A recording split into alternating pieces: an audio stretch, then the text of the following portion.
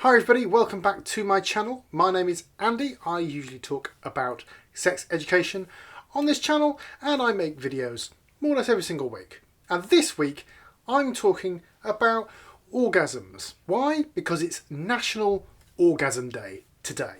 Yeah, these things really do exist. I've no idea who makes them up, but it's official. Today, the 31st of July, is National Orgasm Day. Although it's not just here in the UK, it's national everywhere apparently. It's an national. Anyway, so I thought, what can I do for National Orgasm Day? Let's have a bunch of facts about orgasms. Some of them you might know, some of them you might not. And if you've got any more, then leave them in the comments below. And we can all share in the knowledge. Multiple orgasms are a thing, right? Not just people with vaginas, but people with penises as well. Contrary to popular belief, many men can have orgasms one after another and ejaculate one after another, right?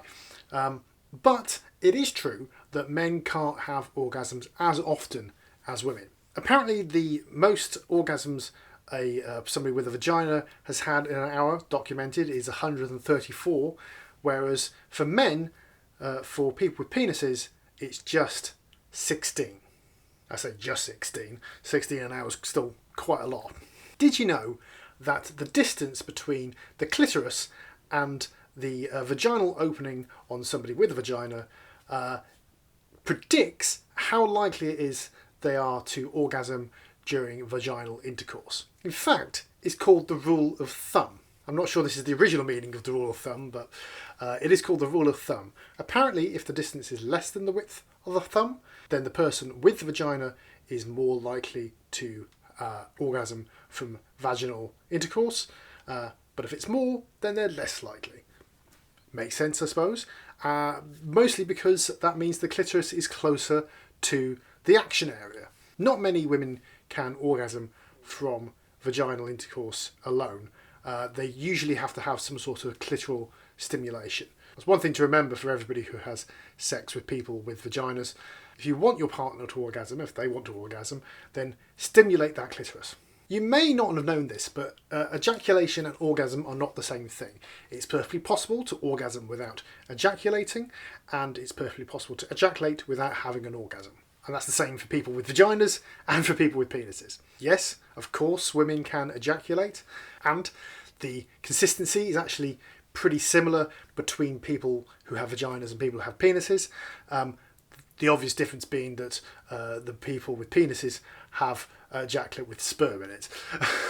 But of course, as I said, it is possible to have orgasms without ejaculating, and for people with penises, if you think about it, you've definitely done this. You've been masturbating or been stimulated in some other way, and you've definitely had another orgasm without ejaculating. Just because they tend to go together doesn't mean they have to.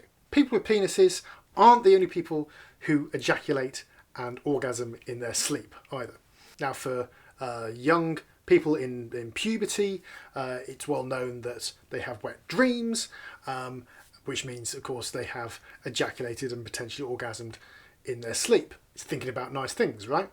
Very possible for people with vaginas as well. I know of a couple of female friends of mine who have said that they have woken up orgasmed. It's woken them up, and it's very exciting.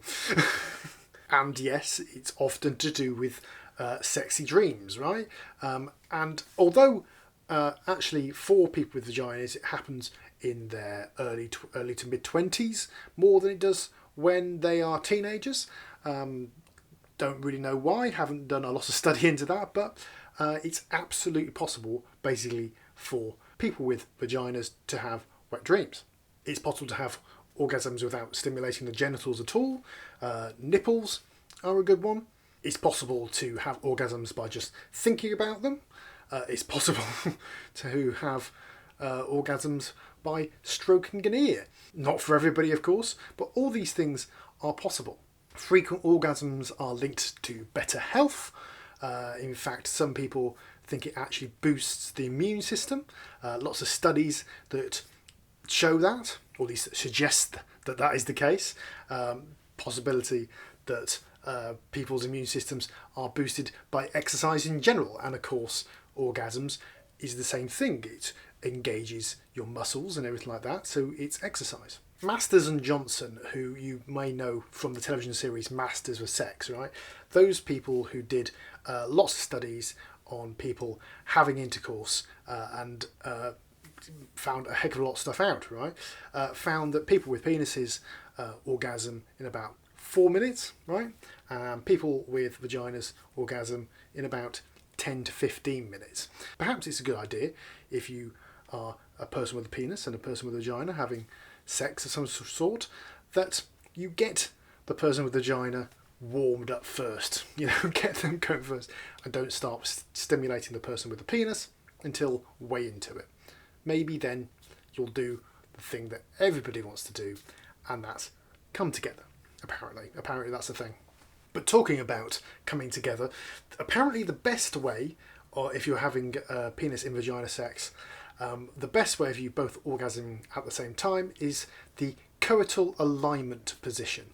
And I might put a diagram in or not, as the case may be, because I'd like this video to go out on YouTube. But you can Google that, and maybe that's something that works for you. And last but certainly not least is that when women orgasm, when people with vaginas orgasm, it can activate the area of the brain which also processes pain, which may be why it links orgasms with pain. We don't really know, not least because research into female sexuality is way behind that into male sexuality. So maybe that's something, if you're going into that kind of thing, you might want to research, because that sounds intriguing and we want to know more about it.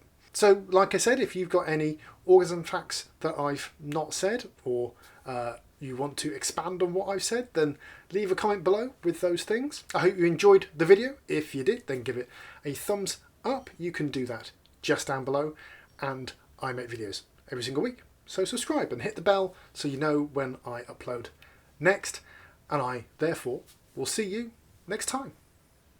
Bye bye.